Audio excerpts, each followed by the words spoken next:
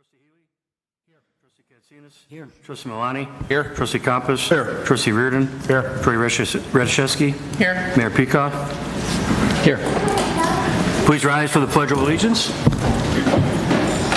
I pledge allegiance to the flag of the United States of America and to the republic for which it stands, one nation, under God, indivisible, with liberty and justice for all. Approval of the August 2nd, 2021 Committee of the Whole minutes. Mr. Chairman, Trustee Katsinas. I move to approve the minutes of the regular meeting of the Committee of the Whole of August 2nd, 2021. Second. Any questions or comments, changes? Call the roll. Trustee Katsinas? Aye. Trustee Compass? Aye. Trustee Healy? Aye. Trustee Milani? Aye. Trustee Reardon? Aye. Trustee Radiszewski? Aye. Mayor Peacock? Aye.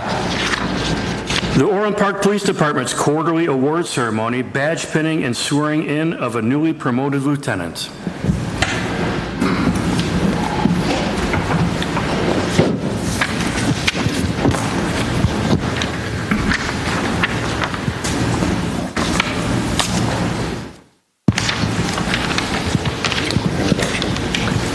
I want to thank everyone for coming tonight. Obviously, I'm Mayor Peacock, and this is something we do quarterly now as opposed to annually at a big event.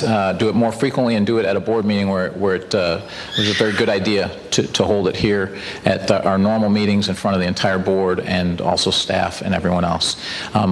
We're here to give the quarterly awards, including acts of heroism, etc., that happen, which we see our police officers do every day, and also to a pin-on ceremony for promotion as well. So I want to thank you all for coming, and with that, I'll turn it over to the chief. Great. First off, I want to acknowledge some distinguished guests. We've got the Chief Schofield from the Orland Fire Protection District, as well as Deputy Chief Nick Singlepalmi. Tonight, you'll witness the pinning of a newly promoted lieutenant, and then learn about some extraordinary acts of heroism, life-saving measures performed, and outstanding police work accomplished by the men and women of the Orland Park Police Department. With that, I will now turn the floor over to the Deputy Chief, Eric Rossi, for the commencement of the ceremony.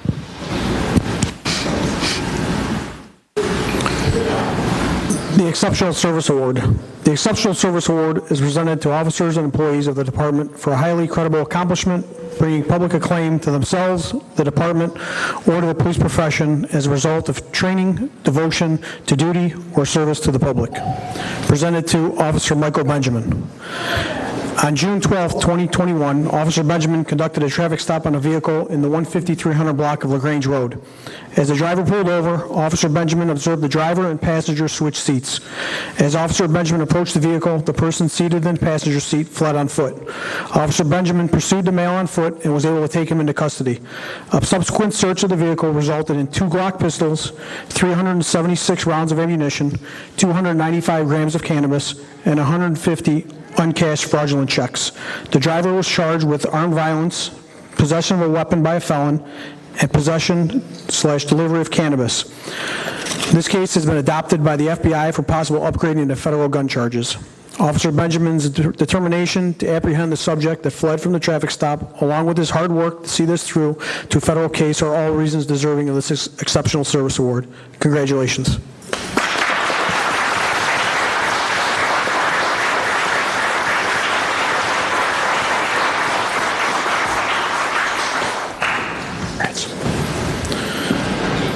Exceptional Service presented to Investigator Chris Lacerdo. On March 5th and April 9th, 2021, the Orland Park Police Department responded to the condo buildings located in the 15700 block of Ravinia Avenue, where unknown subjects pried open the rear door which led into the building. The suspects then attempted to pry open a door to one of the residential units prior to being scared off. Investigator Lacerdo was assigned the case and gathered hours of security camera footage from multiple locations. Using law enforcement investigative databases, Officer Lacerdo was able to identify the 2 suspects and the vehicle that was used. Officer Lacerdo located the vehicle and conducted surveillance on the suspects. After hours of surveillance, Officer Lacerdo conducted a traffic stop on the vehicle and spoke with the driver, who ultimately identified himself and the second offender.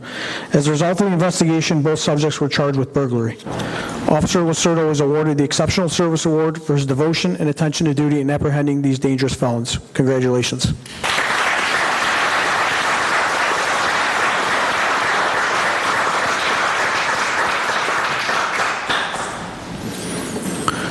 The Grand Cordon. The Grand Cordon is awarded to police officers and employees of the department for dedication and determination in the arrest of persons responsible for numerous criminal acts throughout the area. Presented to Investigator Lacerdo. On April 28, 2021, Investigator Lacerdo was assigned to investigate numerous retail thefts that occurred at the Dick's Sporting Goods. The retail thefts occurred between April 21st and April 28th of 2021 and totaled approximately $10,000. Officer Lacerdo was able to identify the female offender and learned that she was selling the stolen items using her Facebook accounts. Investigator Lacerdo located the female offender in Chicago and successfully arrested her on May 12, 2021, at which time she was charged with felony retail theft. As a result of the arrest, the female was placed on Cook County electronic monitoring. While on electronic monitoring, the female committed 2 additional retail thefts at the Macy's on May 23rd and June 3rd. On July 15th, 2021, Investigator Lacerdo arrested the female once again, where she was charged with 2 additional felony counts of retail theft. Investigator Lacerdo's dedication and determination in apprehending an offender responsible for multiple criminal acts throughout the area is deserving of the Grand Cordon. Congratulations.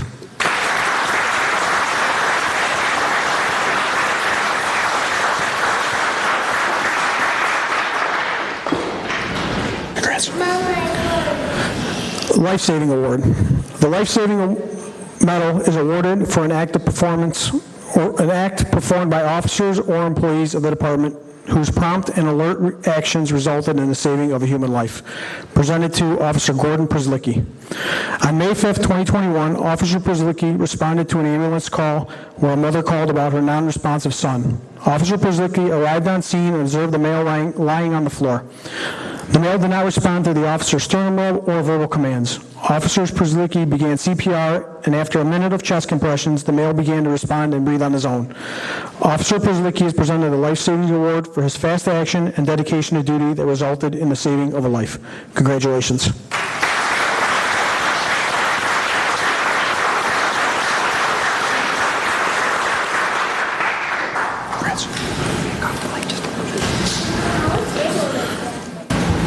Life-Saving Award, presented to Officer Nathan Hooker.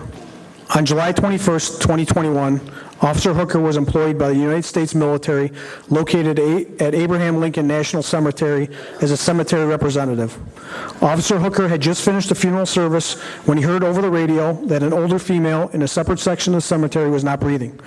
Officer Hooker drove to the location and located the female laying outside her vehicle, not breathing and unresponsive.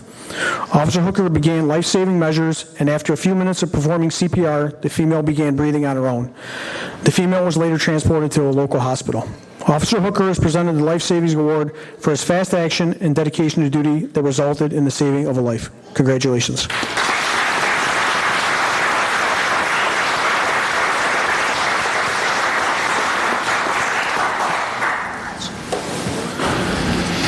Life Saving Award presented to Officer John Dargan and Officer Nasser Zayed.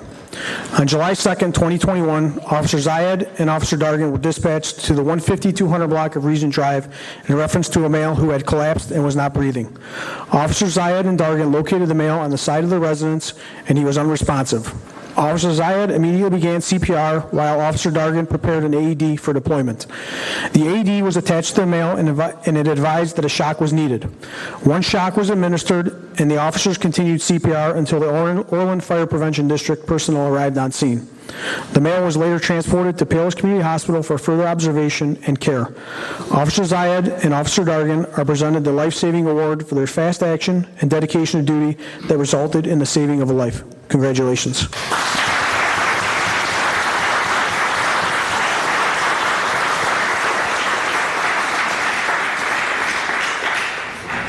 At this time, I'm going to turn it back over to the Chief for the pinning of the Lieutenant badge for Officer Phil Glossier.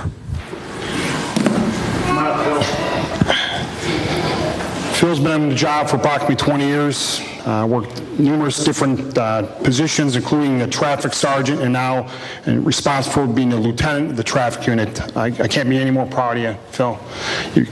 You're a stellar officer, an incredible supervisor, and when I ask you to get something done, you get it done with incredible perfection, so thank you for that. Thank you, Chief.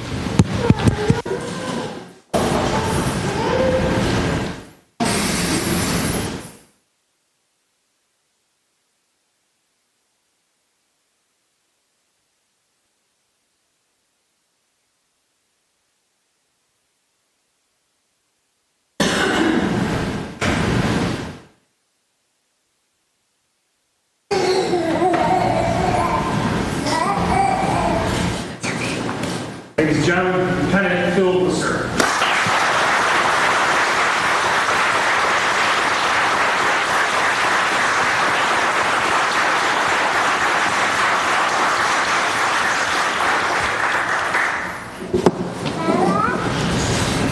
This is our annual correctional quarterly award ceremony.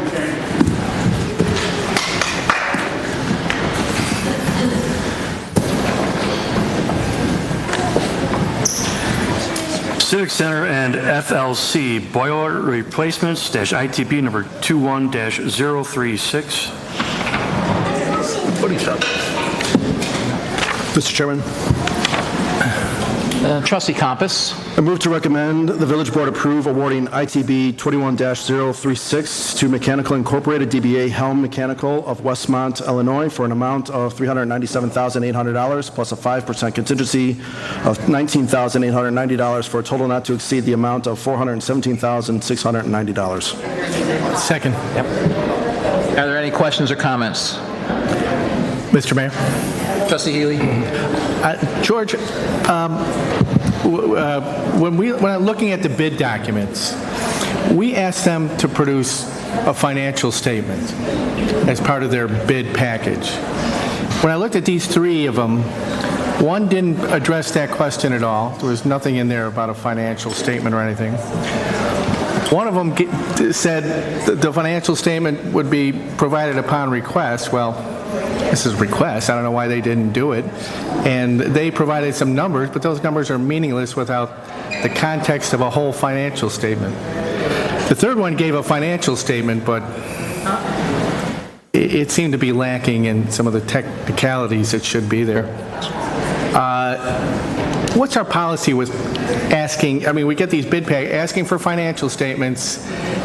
How does it work into the evaluation of who gets it? And are we asking the right question? Are we doing the right things getting this information? You know, that's a good point. So we do evaluate whether so what we're looking for is responsible, responsive, right? And so that is something that we do look at. I think on the size of this contract, financial statements may be a little too much. So that's a great point, and we're going to reevaluate that. But when we ask for it, we should follow up and get a complete response or whatever. And just to make sure, from our side, from getting pre-qualified, we want to make sure they got the money to Correct. Follow through with the entire contract. And I agree, for this size of contract, but I would, it might be good to take a look at the context of what we're asking for as far as financials on these contracts. We'll look at that, and then we'll provide the board with an update. Thank you. Any other comments? Mr. Chairman. Could we please close that door? It is. Trustee Milani? Just looking at this, I think this is another good example of how we've been using our purchasing co-ops to drive the lowest cost possible on this. But I also like the way we kind of looked at this creatively to help fund the project by possibly using the comprehensive energy savings bonus and the additional energy efficiency projects that we're looking at to drive possible rebates. So thank you for kind of looking at creative ways to keep our costs down. Sure. Any other comments? So the only thing I'll add to Trustee Healy's point is I don't think we should be asking for financial statements. As a business, I don't want to give my financial statements to a government entity that is not really entitled to see it. If we were worried about their financial acumen and their ability to do it, then we should ask for bonds. And then the bond fiduciary will get their financial statements, and then me as a business owner, I have protection from that, and it's not in the government's hands. So I think asking for a financial statement in any case is inappropriate for a government entity to be doing. And again, if we were concerned about their ability to do it, we should just ask for a bond, because the bond company will pull those financials and make sure they have the ability to do it. We will re-examine everything. Okay. Any other questions or comments? Call the roll. Trustee Compass? Aye. Trustee Healy? Aye. Trustee Katsinas? Aye. Trustee Milani? Aye. Trustee Reardon? Aye. Trustee Radiszewski? Aye. Mayor Peacock? Aye. Administrative and record keeper services for 457B deferred compensation plan and the 401A plan RFP. Mr. Mayor, Trustee Healy?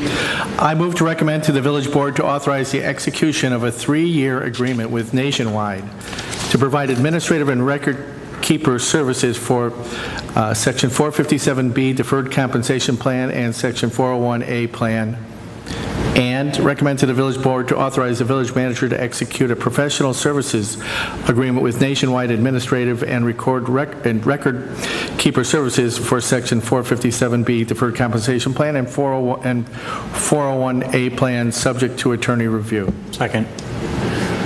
So before we show the presentation, I can just tell you firsthand that, so this is in addition. Any employee can contribute to this. There's no match. There's no anything. They can just defer taxes essentially and put it in a retirement plan. So there's no cost to the village for doing this.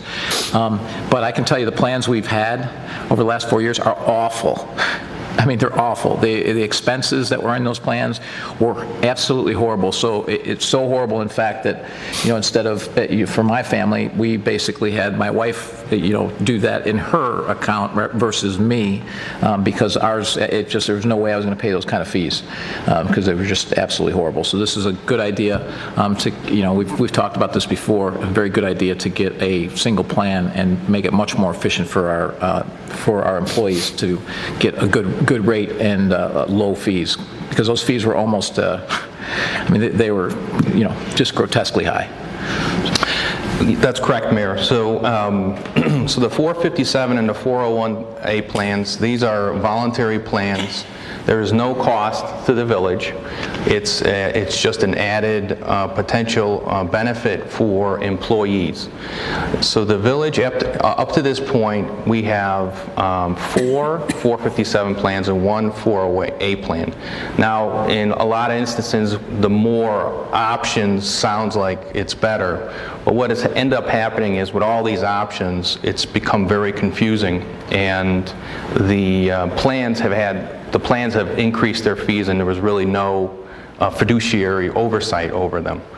So the village board approved a contract, an RFP, at the April 5th village board meeting to bring on a consultant to assist us with this process. This process also included a staff committee made up of myself, the finance director, the HR director, and then 2 others, Sean Lynch. He's with our Public Works Department. He also is representing AFSCME, and John Dargan, he took his word and ran away. He wanted to get his cookies. So that was the committee. That was the committee that reviewed the second RFP that went out for a single 457 plan. So I'd like to also introduce Jolene Christie. Jolene is with Wells Fargo, and she's the advisor we've been using since the village board approved that contract back in April. So Jolene? Thank you, George. Hello, everyone. So I'm a chartered retirement plan specialist, working only with municipalities. That's all I've done for years and years and years. And what you described, Keith, is very, very typical of city, village, county plans. They look just like yours currently looks, and it's something I really want to thank George and Denise for all the work that they've put into this and the time that they've dedicated to this, and for recognizing that this needed to be done and that these plans needed to be updated. I really have to applaud you on that, and also have to applaud you on putting the committee together the way that you did. It's really textbook perfect to have administration, human resources, finance, and then union representatives, because we want the employees, we're doing this to make it better for the employees. There's no cost, no savings to the village, but the village is the plan sponsor. So the village has the fiduciary duty, the responsibility to offer a plan that has reasonable fees. That's the key word that the Department of Labor uses again and again. And it's very common for me to see village or city plans that look like yours currently does, because the thinking for many years was to give the employees a lot of choices and add another provider, add another plan. With each one of those plans comes the more added fiduciary duty, because you're responsible for who you hire, and each one of those plans has a completely different menu of investments that the employees can choose from. The village is responsible for all of those investments. So now in the future, since I was hired with the RFP in spring, I will be monitoring the investments that are offered in the plan. We'll create an investment policy statement, monitor the investments on a regular basis to make sure that they are in the lane that they're supposed to be, look at how they compare to their peers, how much risk they're taking. We're going to make sure that that menu we're putting out to the employees is something that we can be confident with. And then also benchmarking the plan fees on a regular basis. And so if I can just kind of walk you through this, I'm try to do it in a concise way of how we got to this point. We issued the RFP in May, and that is for what's known as record-keeping services. So that's the company that sends the statement, provides the website, keeps track of the records. They keep track of how much money is being sent from payroll for each paycheck to contribute, what investments they want the money to go into, keeps track of the distributions the retirees take and the dividends and interests that are earned. It does all the record keeping. And administratively, there's a lot of things that they can do, but when there's as many plans as the village had, it's hard for them to do that. So by consolidating, we can give the employee the lowest possible cost, because these plans are priced by the amount of assets. So the more you put all the assets together and consolidate it, you have your most bargaining ability. Where the current situation where you've got it divvied up between 4 different providers, everybody's paying more. And please feel free to ask questions if anyone has a question along the way. We received 9 proposals from the RFP back in May. The bids were anywhere from 0.06 to 0.19% to do the record keeping and the administrative services for the consolidated plan. And then we scored those proposals. It was all outlined in the RFP how they would be scored. 20 points for the qualifications of the bidder. We wanted someone who had a history of working with village plans with 457s and 401As and had high retention with the plans that they offered. The quality of services that they could provide. We wanted to make sure that our participants got good help, lots of education. Employees need help figuring out how much they should be saving and how they should be investing that money. We wanted them to get quick response time if they had a question. The providers had guarantees of how many seconds they could answer a call in.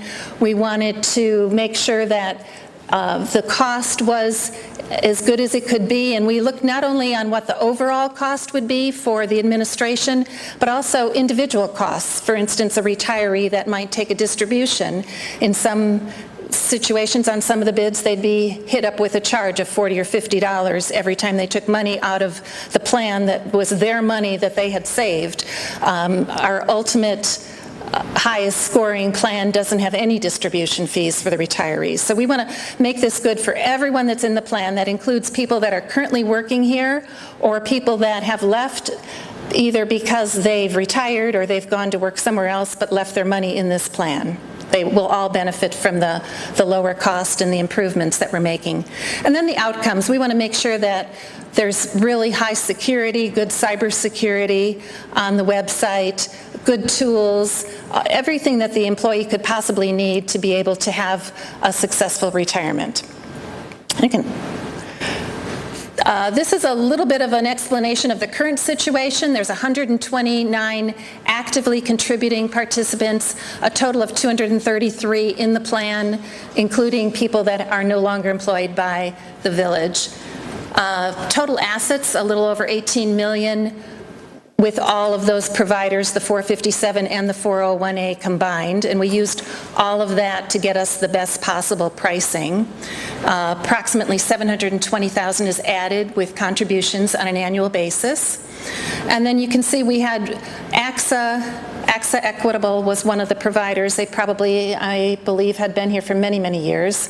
Mass Mutual, who's recently been purchased by Empower Retirement, they're going through that name change and change of services right now anyway, so this was an optimal time to be making this change.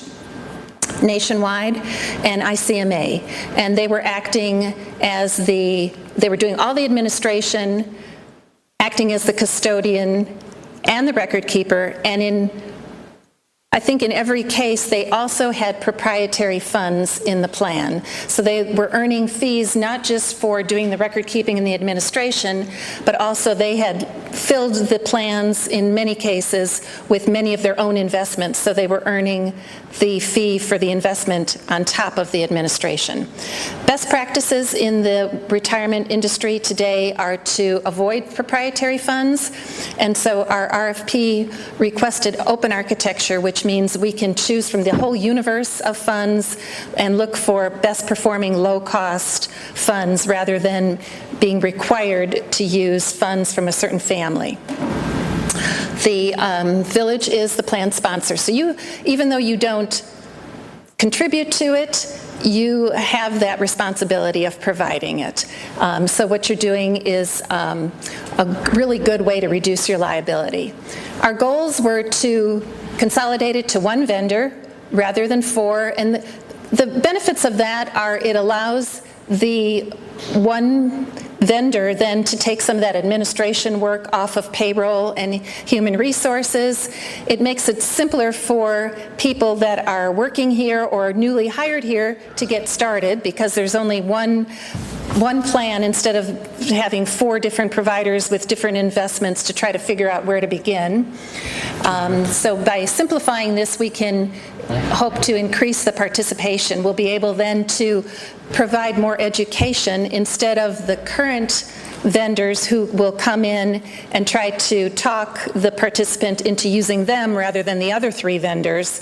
Now the record keeper can come in and actually talk about saving and how much that person should be saving and what they should be investing in and help them really understand to give them a better future.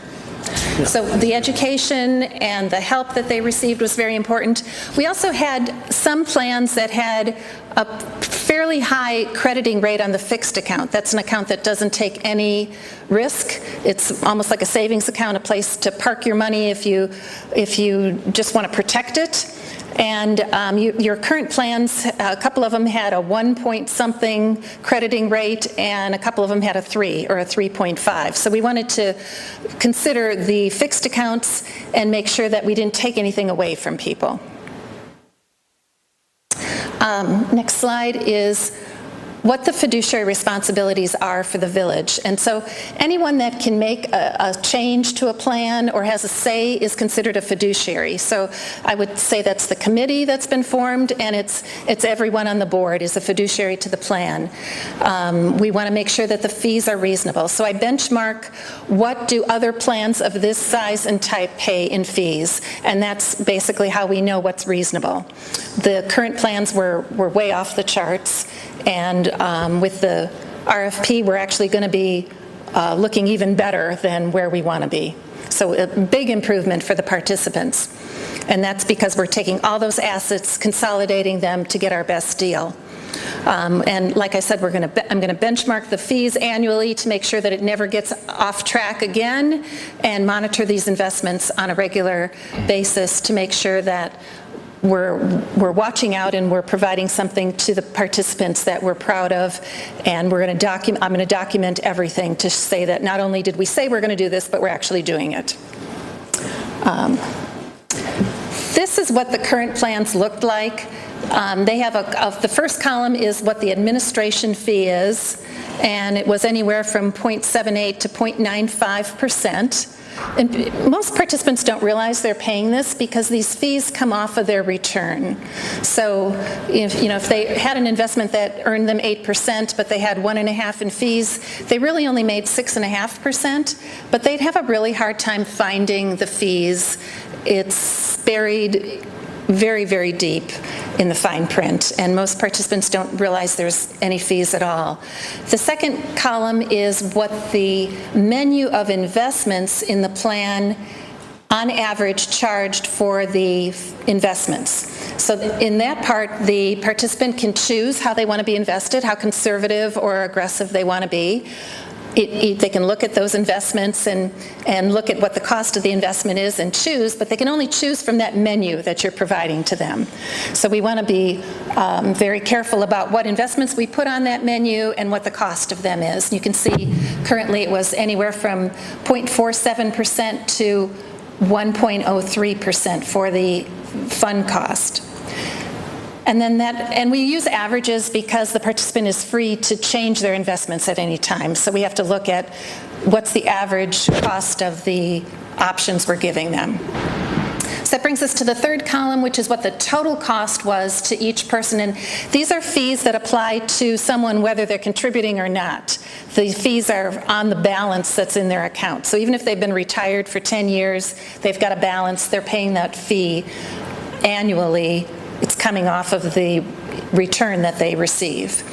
And it ranged currently anywhere from 1.27 to 2.41. The Mass Mutual plan had an additional piece with a group that was coming in here to do education. That was an additional fee. That's why it doesn't add up if you try to add up those two columns. And then the last column is looking at that fixed account for the people that want to be conservative and protect their money. Often those are retirees, or sometimes it's used temporarily, like during election time, or times when the market looks more risky than someone might be comfortable with. So we've got a couple of plans that have a 1 point something, and then a couple of plans that had 3 and 3.5 that we wanted to be very careful to get as good of a fixed account rate going forward as we could. And I mean, any of those rates are above the market, because the market right now is something like 0.3. If you went to do something with your cash, that's what you would probably be offered, 0.3, 0.4. But it's hard to take anything like a 3% away from anyone, so we try to maintain that. Go to the next. And here, after scoring the 9 proposals on the different categories, Nationwide was our highest scorer. The range was anywhere from 0.06 to 0.19 on the bids for cost. They came in at 0.09, but they also gave us some really good fixed account rates. These are the best fixed account rates that we saw from any of the bidders. Everyone will receive 3% for the first contract year. Not just calendar year, but the first contract year. So whenever we get this finalized, they'll have a full year at 3%. Second year, it'll go to 2.5. Third year, it goes to 2%. And then in the fourth year, it'll be at the market rate, which hopefully will be closer to that range a few years from now. I'd like to think we'll be back to more normal short-term rates. No distribution fees was something we really liked. And then the education that they can provide. They will answer a call from someone calling in that needs help. They're going to guarantee that they can answer 80% of those calls in 20 seconds or less. They not only have person that will come in to do education in group meetings or one-on-one meetings with employees.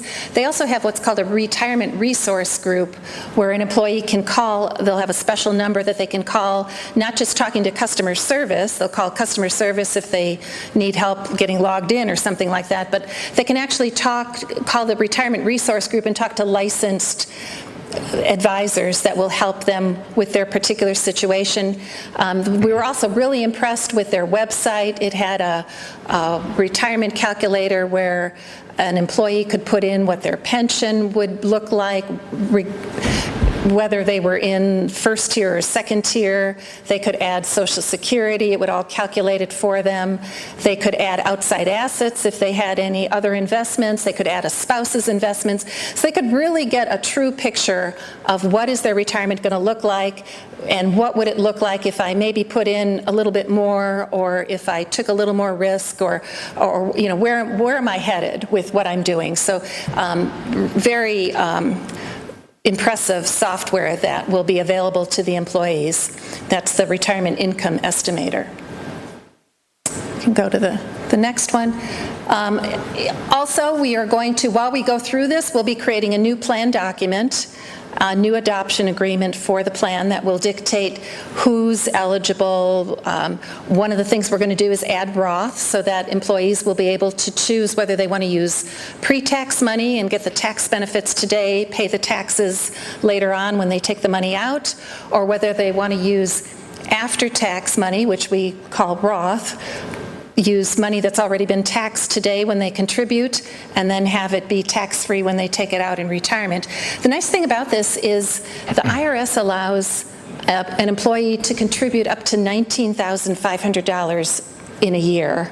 If they're older than 50, it's $26,000. That can all be pre-tax, all be Roth, or a combination. You know, opening an IRA doesn't compare. You could never get to the balances or have the secure future that you can with a plan like this. So we really want to get the message out to the employees that they can appreciate what a great benefit this is that they receive for working here, and then also make them realize how much work has gone into this and how terrific it was for the village to want to make this better for them.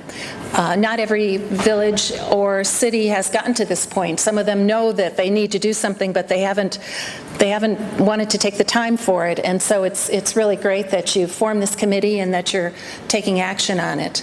We'll have no proprietary funds, so we'll be able to give them a really great, low-cost fund menu. That could be as cheap as 0.09 if we use like Vanguard funds, for instance. People will still get all the different asset classes, so they can choose what they want to be investing in. They'll be able to get exposure into those asset classes at a very low cost.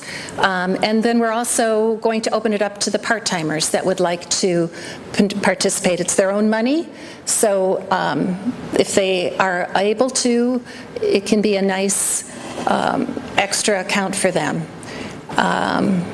The Nationwide will give us custom material, so instead of having the 4 plans that you have now, where you're talking about the AXA plan or the Mass Mutual plan, you'll be talking about the Village of Orland Park plan, and everything will say the Village of Orland Park. And I think that'll really help increase participation. We really want everyone to be here and be prepared for retirement, so that they're not staying longer than they wanted to because they weren't ready to retire. We'll help them get geared up so that they have some security in the future. Any questions? Any questions, comments? Thank you very much. Sure, It's good. thank you. Call the roll. Trustee Healy. Aye. Trustee Reardon. Aye. Trustee Katsinas. Aye. Trustee Malani. Aye. Trustee Compass. Aye. Trustee Radiszewski. Aye. Mayor Peacock. Aye. Non-scheduled visitors and citizens. Anybody here to speak? I'll entertain a motion to adjourn. So moved. Second. Call the roll. Trustee Compass. Aye. Trustee Katsinas. Aye. Trustee Healy. Aye. Trustee Malani. Aye. Trustee Reardon. Aye. Trustee Radiszewski. Aye. Mayor Peacock. Aye.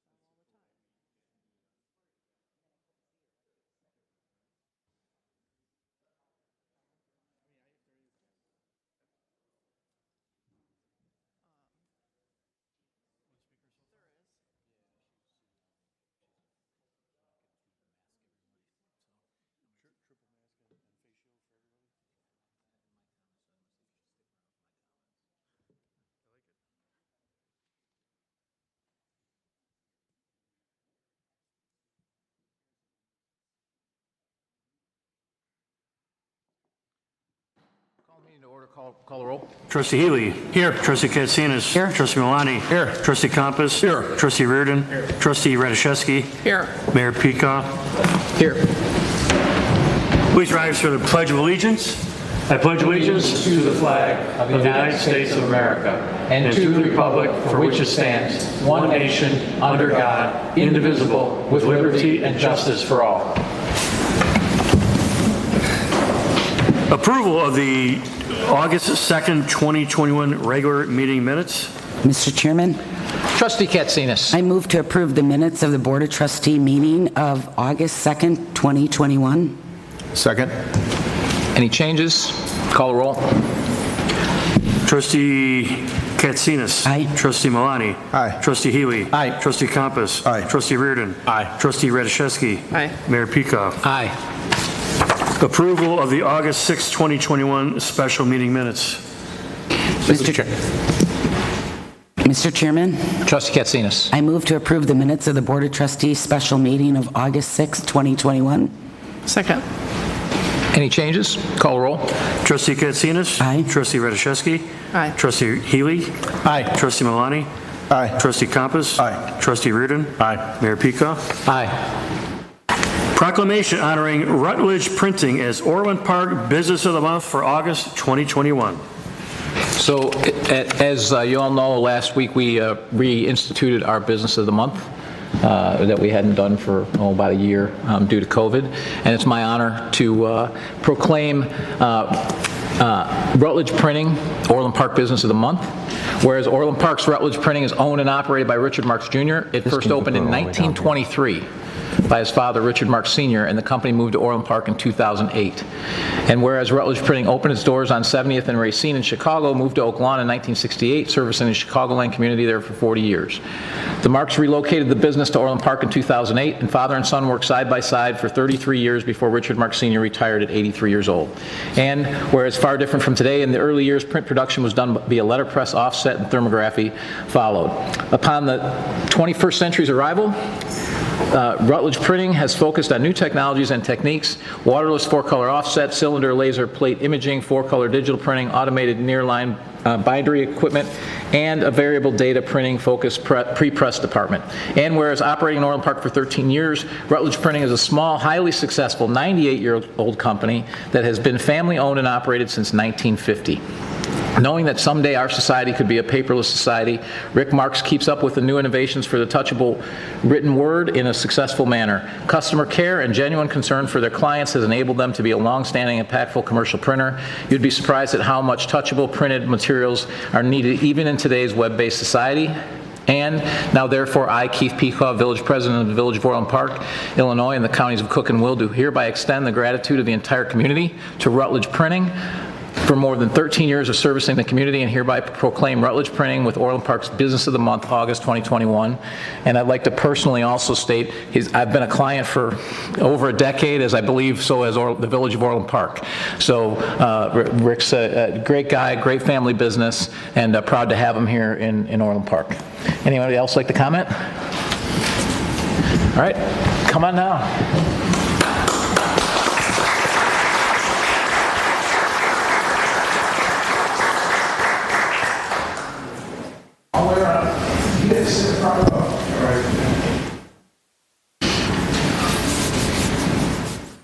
I'd like to present my friend Rick with Business of the Month, Rutledge Printing for Village of Orland Park.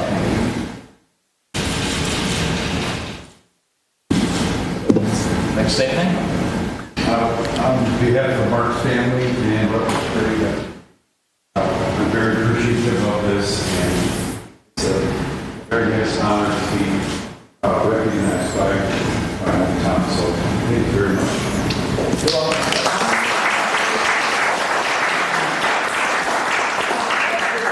Coaching our youth in baseball, so thank you very much.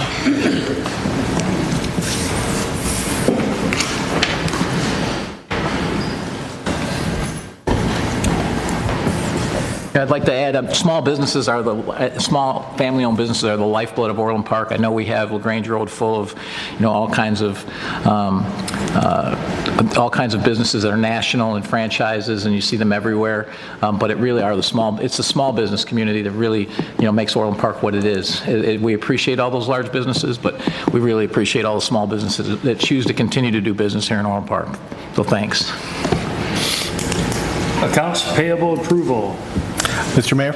Trustee Healy. I move to approve the accounts payable from August 2nd, 2021 through August 15th, 2021 in the amount of $5,047,084.84. Second. Any questions? Call the roll. Trustee Healy. Aye. Trustee Compass. Aye. Trustee Katsinas. Aye. Trustee Malani. Aye. Trustee Reardon. Aye. Trustee Radiszewski. Aye. Mayor Pika. Aye. Consent agenda. Consent agenda, the shortest consent agenda since I've been here for 4.5 years. A, payroll approval. B, Orland Park History Museum Night Out raffle license. C, Orland Park Veterans Golf Classic raffle license. Mr. Chairman, Trustee Malani. move to approve items A through C of the consent agenda. Second. Call the roll. Trustee Malani. Aye. Trustee Compass. Aye. Trustee Healy. Aye. Trustee Katsinas. Aye. Trustee Reardon. Aye. Trustee Radiszewski. Aye. Mayor Pika. Aye. RFP 21-034 Internet and SIP Data Circuit Services Vendor Award Recommendation. Mr. Chairman, Trustee Compass. I move to accept the recommendation of the Technology Commission and approve a 5-year contract with Comcast Business for $197,760 plus monthly usage, taxes, and fees, and to authorize the village manager to execute all related contracts subject to village attorney review. Second. Are there any questions or comments? Mr. Mayor, just curious, who else even bids on this? I mean, who are some other, I just personally have problems with Comcast at home and all that stuff. I just wonder who else is out there that even provides any of this. COEO, Call One, AT&T, and Granite Telecommunications. Okay, is that on there? Okay. Yeah. Is Comcast, they provide the best service, as far as what you guys need? So Dave can talk to this, but Comcast and AT&T are a single provider. Everyone else essentially buys from Comcast or AT&T. And AT&T, because I've experienced this, as we have in our area, doesn't provide service to a lot of areas of Orland Park. Comcast is the only one that provides it all through To the whole Orland town. Park. Yeah. So. Mr. Chairman. Trustee Compass. So in isolation, have no issues with the proposal or the solution here. However, George, about a month ago, we were discussing having to inform Comcast of a significant cost due to delays caused by them with the 151st Street project. I believe that was around $272,000. So just before, we award with this project, I'm just curious to know if there's been any response regarding that matter. So the only response we've received so far, first off, it's two divisions, obviously. One is their construction, one is just their wholesale retail. And then the only response is that they've received it and they are currently analyzing it. Mr. Chairman. Trustee Malani. I think in the technology world, I think we've learned firsthand here in several instances that redundancy is a bit of a good thing.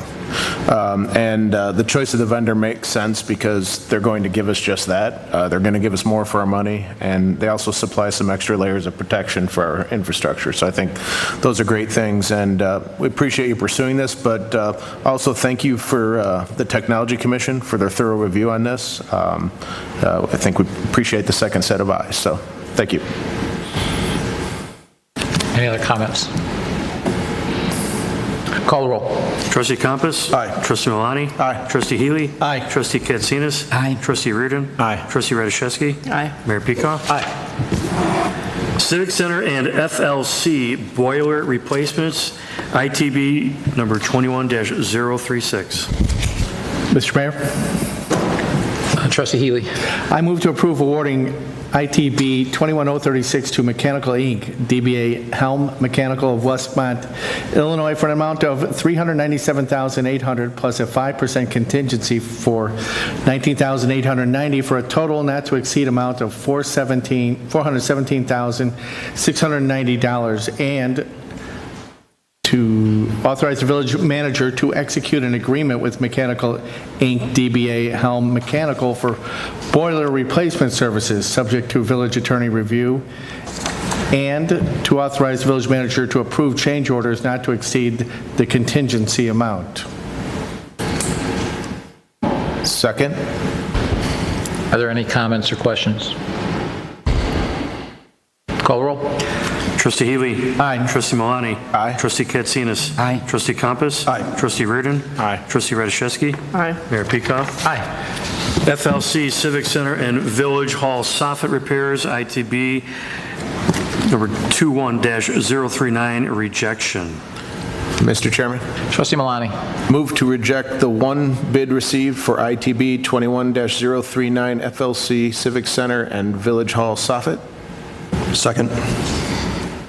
And George, I'm assuming the rejection, from what I see in the text, because it was much higher than we anticipated, and I'm assuming that has a lot to do with the supply chain for building materials, as well as the fact that a lot of the companies can't find employees, so they're just oversold with work. Is that correct? That's, yep, absolutely. And these aren't critical emergency repairs, so we can push them off a year? exactly. All right, well, that makes sense to me. Any other comments? Call the roll. Trustee Malani. Aye. Trustee Compass. Aye. Trustee Healy. Aye. Trustee Katsinas. Aye. Trustee Reardon. Aye. Trustee Radiszewski. Aye. Mayor Peacock. Aye. Public Works Building HVAC improvements equipment. Mr. Chairman, Trustee Compass. I move to approve to use Omnia Partners Co-Cooperative Contract number 15-JLP-023 for the purchase of Train HVAC equipment for the amount of $111,251.61, and to authorize the village manager to execute an agreement with Train US Incorporated for the purchase of HVAC equipment. Second. Any comments? Call the roll. Trustee Compass. Aye. Trustee Katsinas. Aye. Trustee Healy. Aye. Trustee Malani. Aye. Trustee Reardon. Aye. Trustee Radiszewski. Aye. Mayor Peacock. Aye. Woodland Avenue lot construction, lots 33 through 36, development petition for plat consolidation. Mr. Chairman, Trustee Malani. regarding case number 2021-0530, also known as Woodland Avenue lot consolidation, I move to accept and make findings of fact as discussed at the Plan Commission meeting and within the staff report dated August 3rd, 2021, and I move to approve the plat of consolidation titled Woodlands Plat of Consolidation prepared by Martin M. Engineering Incorporated dated July 20th, 2021, and last revised on August 10th, 2021. Second. Second. Any questions or comments? So George, overall, we're taking these 4 lots into one so that it can actually be a conforming lot and the house can be built, correct? Ed, is that correct? That is correct. All right, cool. Call the roll. Trustee Malani. Aye. Trustee Compass. Aye. Trustee Healy. Aye. Trustee Katsinas. Aye. Trustee Reardon. Aye. Trustee Radiszewski. Aye. Mayor Peacock. Aye. Rec Entertainment Company LLC addendum. Mr. Chairman, Trustee Compass. I move to approve a payment not to exceed $35,090.96 to Rec Entertainment and Company, LLC, for contract and rider show advance, as well to coordinate and execute day of show hospitality and back-of-house services in support of the 2021 Centennial Park West Concert Series, and authorize the village manager to execute the contract with Rec Entertainment Company, LLC, subject to village attorney review. Second. Second. Any comments? Call the roll. Trustee Compass. Aye. Trustee Reardon. Aye. Trustee Healy. Aye. Trustee Katsinas. Aye. Trustee Malani. Aye. Trustee Radiszewski. Aye. Mayor Peacock. Aye. Winter Spring 2022 program lists approval. Mr. Mayor. Chairman, Trustee Radiszewski. I move to approve the recommended programs and events and payment to the contractual vendors and instructors at the time of the invoicing. Second. Just so everyone knows, I took this off the consent agenda before the meeting because what I thought what we should get with this, none of us can compare winter schedule this year with last. So what I've asked the director, Ray Piattoni, to do is to give us just kind of the highlights of what's changed, what we've added, what we've gotten rid of, and then anything we've expanded significantly or reduced significantly. So just kind of a summary of that. Okay, good evening. I'll just run through this real quick. So in 2022, We're looking at offering 211 recreation programs and special event opportunities. You can see through the list there, those opportunities will be in fitness, in cultural arts, dance, athletics, in enrichment, youth special interests, the museum, both youth and adult, in our special rec program, which includes Special Olympics and special events, as well as special events overall. In 2019, we had 8,339 registrations, so that's not unique individuals, but that's just total registrations. You can see how that's broken down in all the different categories there. We didn't summarize 2020 just because of COVID. In 2021, you can see year to date, we're about half that, so 4,453 registrations to date in those different categories. In 2022, we're looking at adding fitness programs, as you can see there, so 12 fitness programs, including BOSU, Green Up, all the rest of those, so Queen-X, which is a circuit type of system, it's Sportsplex, UG Ball, Stretch and Flow Yoga, so all those different fitness opportunities we'll be adding to the Sportsplex. That's on top of all the other opportunities we do there. There'll be new cultural opportunities, including children's improv shows. We started doing different improv with children last year, just in workshops, and at the Taste offered some improv in a show on the stage back here, and that was very successful. In athletics, we're going to offer some new youth programs. We offer quite a few already, going to offer some additional ones. We haven't identified what that'll be, but are looking for the board's permission to offer something new there as an addition to everything else. And then senior series, so we're working with Plows to offer different relevant programs for seniors for their benefit, so we'll be offering that as well. Special events next year, we have our traditional offerings, the Holiday Fest, tree lighting, and new to this year will be the parade, so we're working on developing that. Cinderella's Ball, which is sort of a daddy-daughter dance, is always a popular event that takes place in February, and last year we had a sort of a mitigated Easter egg hunt. We're going to go back to our traditional Easter egg hunt in the spring. New next year, we'll be offering some fun things at Stellwagen Farm, so you can see the farm-to-table event, paint and sip on the farm. We're going to do an Earth Day celebration, a pedal in the park type event.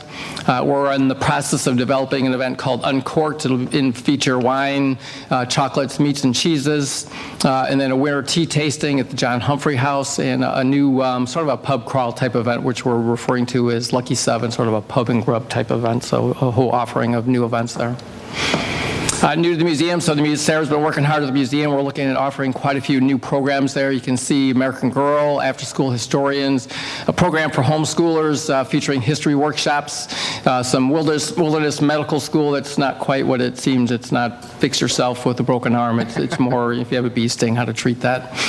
Centennial, 1921 to 1930, Hell Hath No Fury, Our Lady of Angel School Fire, the Rich Romantic History of Valentine's Day, Women Who Dared, Prohibition, so the Prohibition event that we had to postpone this fall is being rescheduled for the spring session.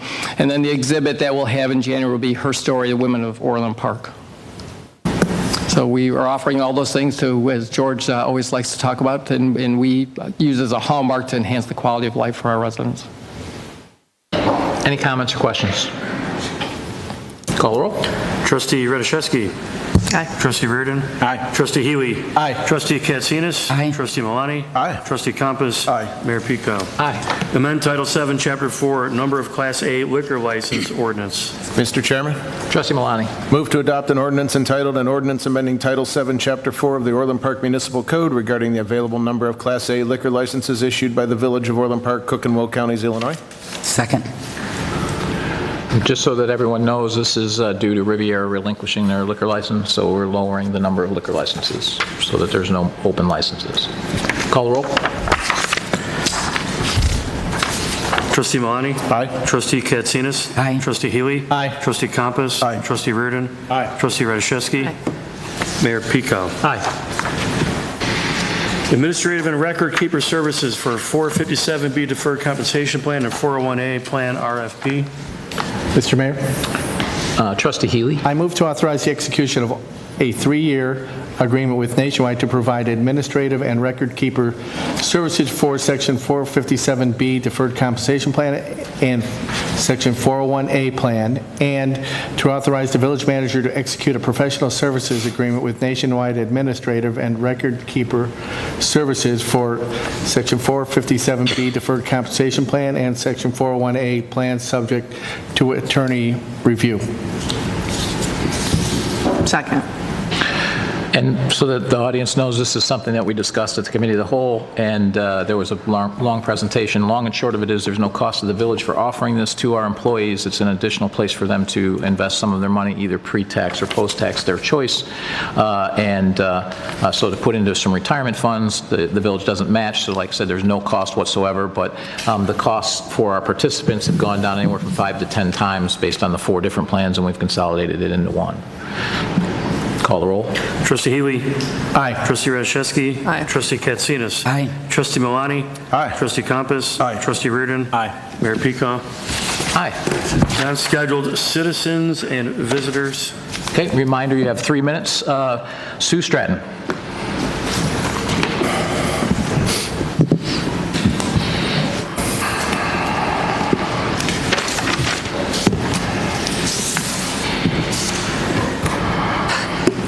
Okay, good evening, Mayor and fellow trustees. I hope you are all happy, healthy, and safe. I am Grandma Sue. The topic that I am concerned with tonight is COVID, the COVID virus around the world. And the reason why I want to speak tonight is because Mayor Peacock, I saw him the other day on WGN News about wearing the mask or whether or not to wear the mask. And so anyway, I had to write it down because I'm a little nervous. So many can you hear me or am I echoing? We can hear you. Many scientific studies have blown our minds on what to do and what not to do.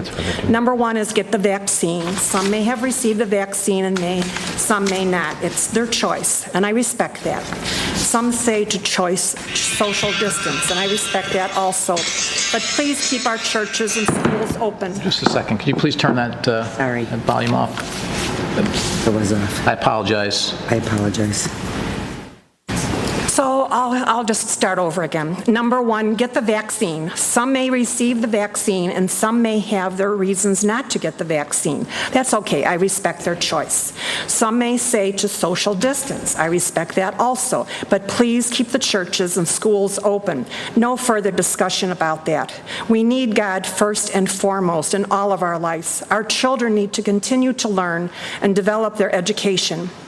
Number 3 is to wear the mask or not to wear the mask. And this is where Channel 9 WGN News kind of got me wanting to come here.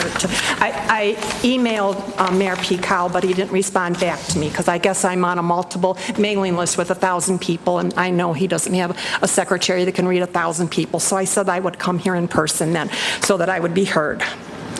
So I can respect that also, whether people want to wear a mask or not. Some parents may feel comfortable to have their children wear the mask. Children are getting COVID. Babies are being put on vents. If there's one baby put on a vent because somebody didn't wear a mask, that's one baby that died too many. I'm old, I can die, okay? But not a baby. I don't want to see my grandchildren die first because the mayor said don't wear a mask, you know? But the school, okay, so I'm going on a rant page. Some parents may feel that their child just cannot wear a mask due to many different reasons. They know best for their children whether they should wear a mask or not. The Orland School Board has voted to request that the students wear the mask. There are, of course, exceptions. We must all support our Orland School Board members that voted on this health issue to keep our children as safe as we can. The school board listened to the parents, and they voted for their wishes of these parents to be heard. Let us respect that decision. No interference from the Orland Village Hall, please. Let's not forget that our government is by the people, for the people. When we speak up, listen to us. You get your little heads all together and you all have your own little opinions, but please listen to ours. Please listen to the parents. I'm a grandparent, and I've lived here many, many years, and I've raised my children here, and I've never seen such disorganization about people's thoughts, and it's just a crazy world. Anyway, one more note. Children in the past have always been taught to respect their elders. I don't see that anymore. Respect your grandparents. Wear a mask around Grandpa. Even if he got the shot, he can still have some side effects, like no taste and not being able to smell.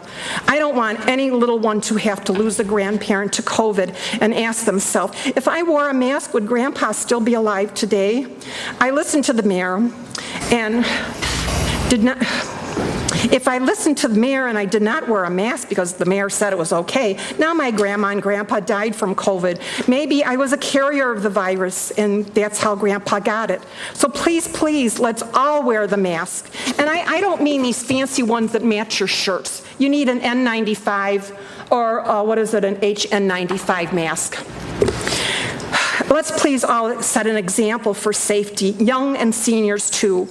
And all, when in doubt, please, please be safe. COVID is going to be around for years. We all need to help ourselves and help our neighbors to be as safe as we can.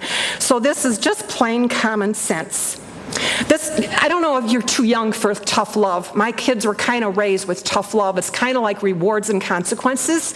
And by the mayor's comment at WGN, it was kind of like, well, if the roles have reversed, which you've heard about senior citizens and the kids, that the roles have reversed. Okay, if grandma and grandpa don't want to get the shot, why should my little one have to wear a mask?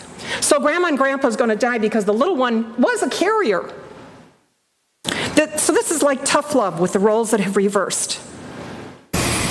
We need Time is up. So, okay. And be kind.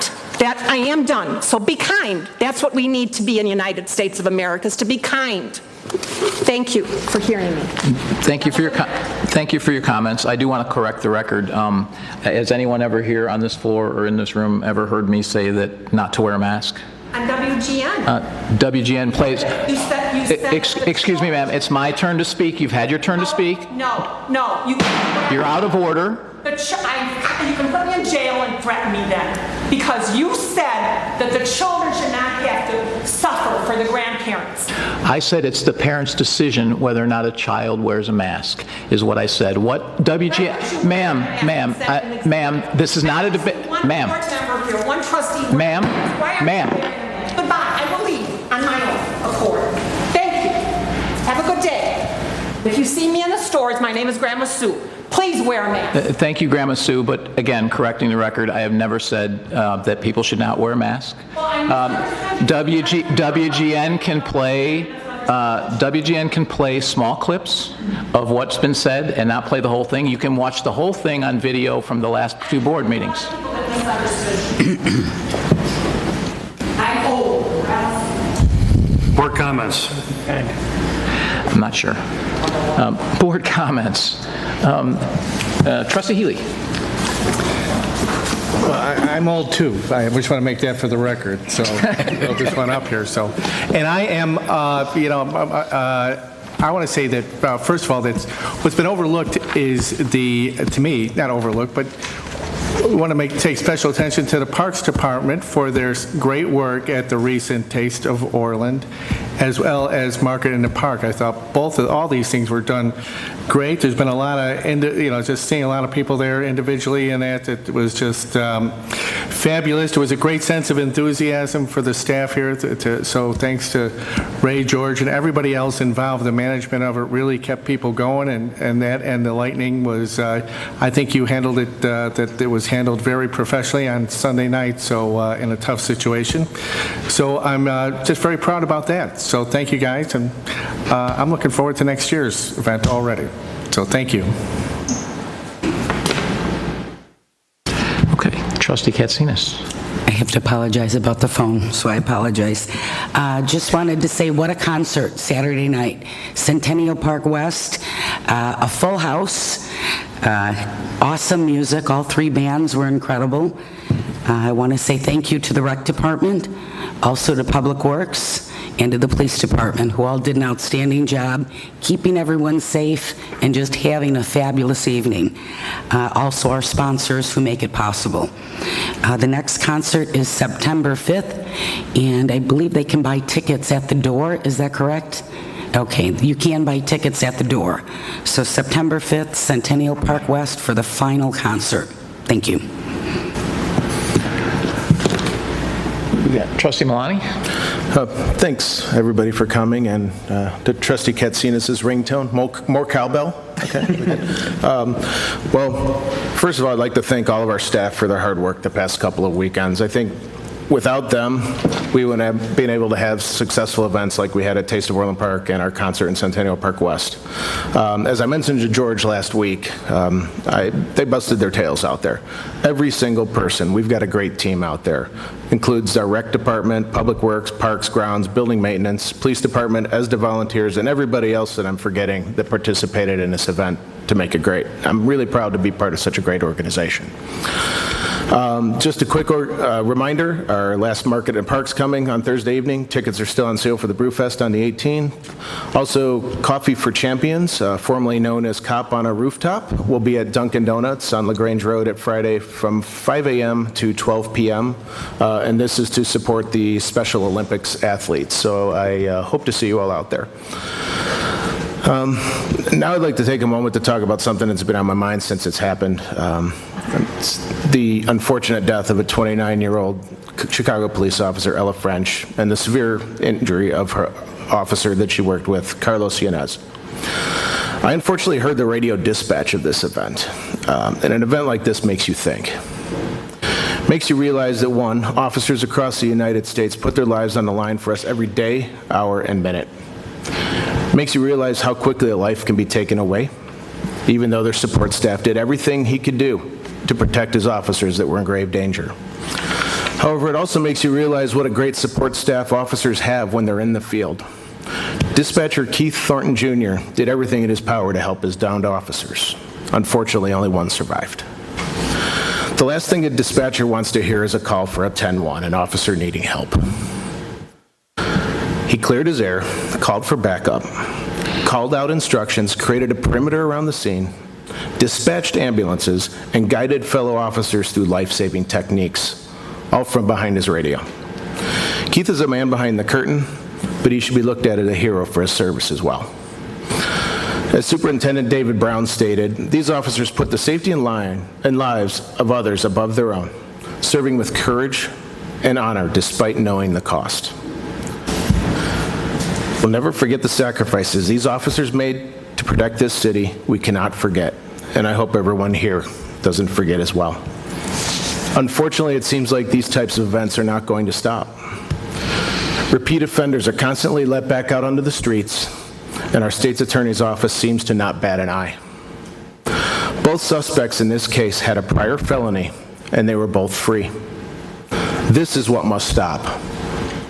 A 29-year-old police officer was shot in the head and executed by a felon, and her partner was also severely injured. He was shot in the eye. Where was the outrage? Where was the uproar? Where were those peaceful protests? As Dispatcher Thornton stated, our culture has to change. Our society has to change. Our mindsets have to change. We as people must change. Do this for me, do this for her. Do this for our police officers who are hurting each and every day because many of them feel unsupported, unloved, and on edge. No one wants to live like this, and no one should have to work like this. And I finish with this final thought. I swear, no matter if you're black, white, Hispanic, Asian, Middle Eastern, Indian, straight, Democratic, Republican, Independent, Green, pro-police, or not for the police, whatever the hell you are, I love you all, and we need to start loving each other. Thank you.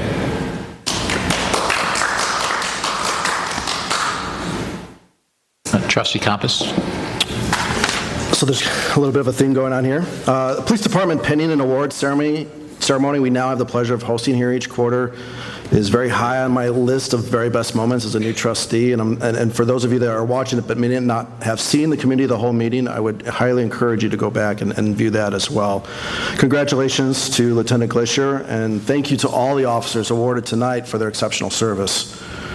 This board has on multiple occasions noted many concerns that we've had with regards to both the state and county's handling of arrests and pretrial detainment. Now we have seen the tragic loss of Chicago officer Ella French and the critical injury to her partner. While not Orland Park officers, it's still upsetting, and that in this we again see the obvious pattern in Cook County. We have since learned more about the man accused of murdering Officer French. He was already on probation for robbery when he was arrested on April 9th for a hit and run. On that occasion, he allegedly struck someone with a van, hospitalizing the pedestrian in serious condition with head trauma. Officer French's alleged murderer was released the next day, April 10th, after the hit and run on a personal recognizance bond, with the most serious charge being a mere misdemeanor.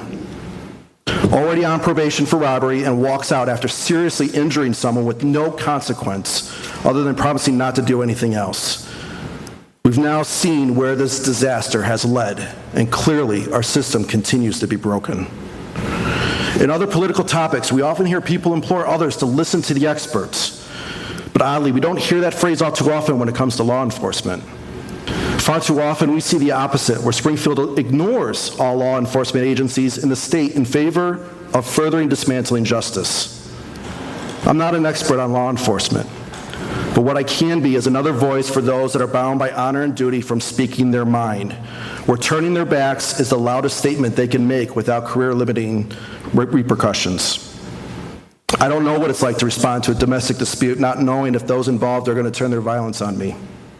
I don't know what it's like to have to stand before a chaotic mob, wondering if a brick is going to be hurled at my head. I don't know what it's like to make a traffic stop only to find a dangerous criminal our justice system failed to contain who ends my life.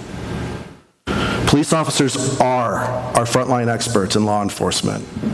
Hopefully now, our county prosecutors, judges, and state legislators will wake up to the mess they have created and listen to these experts. If I said all that's been on my mind on this matter, we'd be here all night, so I'll refrain from that, but I do ask for the following. To those of faith, please continue to pray for Officer French's partner and both of their families. To our Orland Park residents, our police department hosts many different community events like the cookout with the cops that took place today. If you're inclined, please let our officers know personally that you appreciate them. I suspect they need to hear that now as much as ever. And to the women and men of the Orland Park Police Department, thank you. I know that this year we are tracking even lower crime rates thanks to your proactive work. You are greatly appreciated. Thank you, Mr. Chairman. Trustee Reed. Thanks. Very well said by Sean and Mike. I couldn't agree more with everything that you guys just recited. Thanks again to the Parks and Rec, the concerts. The program looks great, Ray, going forward. You always do a great job with all of that. I also really enjoy the pinning ceremony, the recognition of the officers, and I always like seeing it filled with the families.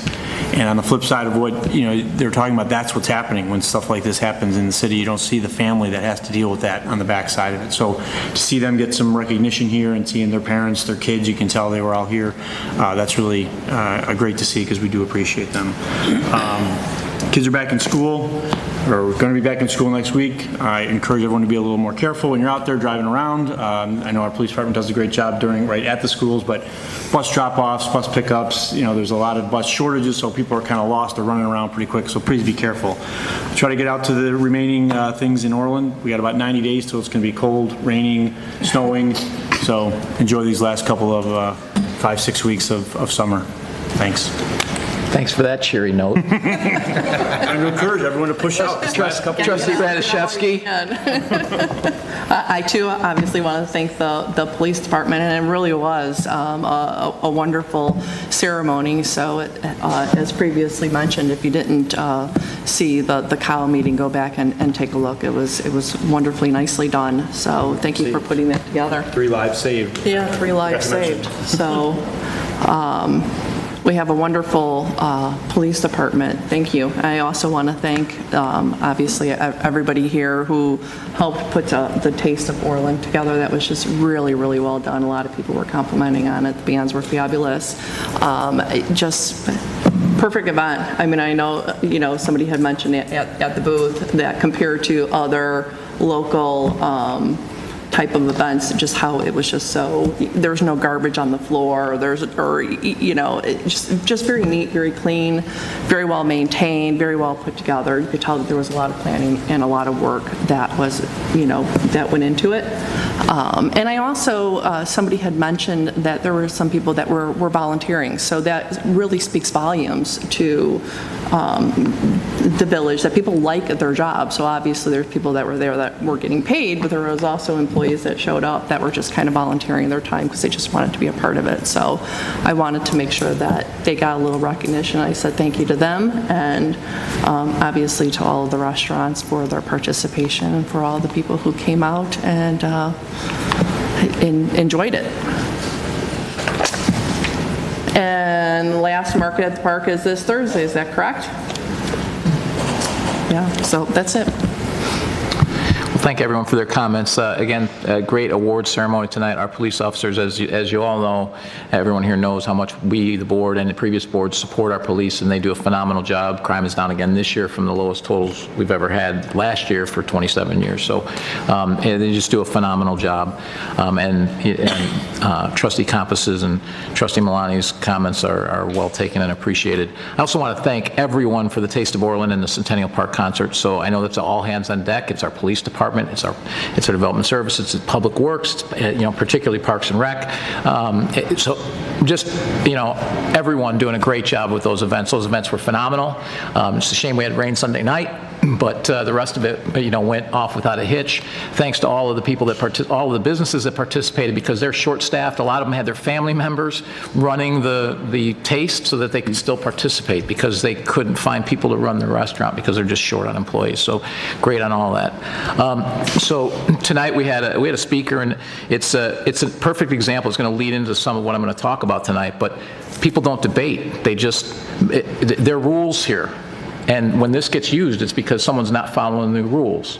And in fact, we gave extra time, about 2 minutes extra, because we had no one else here to speak. So we gave some latitude. But when it was our turn to speak, instead, just stomp out of here as opposed to hear what we have to say. This is exactly the problem. People don't debate anymore. They don't listen to the other side. Just got lectured about listening, and then out the door we went. So this is exactly the problem. And I encourage people who are out there in the public watching what's on TV, keep in mind, I do 10-minute interviews and I get 20 seconds on the TV, and they cut out what they want to cut out for their story. So if you want to hear what really is said, I'm certainly not shy about making my opinion known. And you can watch any board meeting and see exactly what I feel about something. So very critical to me that when you come up here and you tell us something we said, you better get it right, because we all know what we've said and what we haven't. So that's pretty important to us, is that you actually hear what we have to say as opposed to just assume what we've said. So I'm going to give you an update on the latest numbers tonight. So if you flip to the next page. So because we're hearing all this about COVID and everybody's getting kind of the fear back in them, and we hear, we have, like we saw tonight. So this is what's happening. Now, you have to remember that in the beginning of this, cases were probably much higher. They were much higher than they were in November, December. The fact is we didn't have any testing. So we didn't really know how many cases there were early on. Okay? So you can see there's another wave that we're currently having. So not unexpected, as we've talked about before. A lot of curves like this in nature. My favorite is the bouncing ball. You throw a ball and it bounces, and then the next one's lower, and the next one's lower, and the next one's lower. You see this with a lot of things in science, and so not unusual. Flip to the next slide. We've also been told this is about children. So we heard that again tonight. So this is, on the left, is Cook County cases by age since the beginning. So you see how many kids had it in, since the beginning, and almost as many as every other, as the next 4 age groups, if you see that. And then far more than the last couple of age groups, far more. And that's largely because there's so many more less than 20-year-olds. There's so many more 20 to 29-year-olds than there are 70 to 79 and over 80 in the population. So now look, since June 24th, look at those numbers. And to me, the current data, which we've heard, it's all about kids. Kids are driving this, kids are driving this, kids are driving this, kids are driving this. We hear this over and over and over and over and over again. So we fear our kids. I don't see anything different here as far as our kids. I mean, this looks pretty much like the same trend line we've seen since the beginning of this, as far as kids' cases relative to everyone else's. Flip to the next slide. Hospitalizations by age. So on the left side, this is since the very beginning. Okay? And we hear that, you know, again, we've heard kids recently. Look over at the right. Does that trend look much different than the one on the left?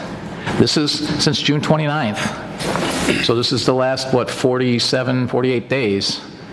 This is what we're seeing. It looks to me like the same trend lines we've always seen from COVID. Flip to the next slide. This is in the last 10 days. You'll notice all the hospitals. If you've heard the press, you've heard the governor, they haven't shown any of these statistics. They've said it's kids. I'm looking at this, I'm looking at the hospitalizations, and it doesn't appear to me that it's less than 20-year-olds that are driving this issue.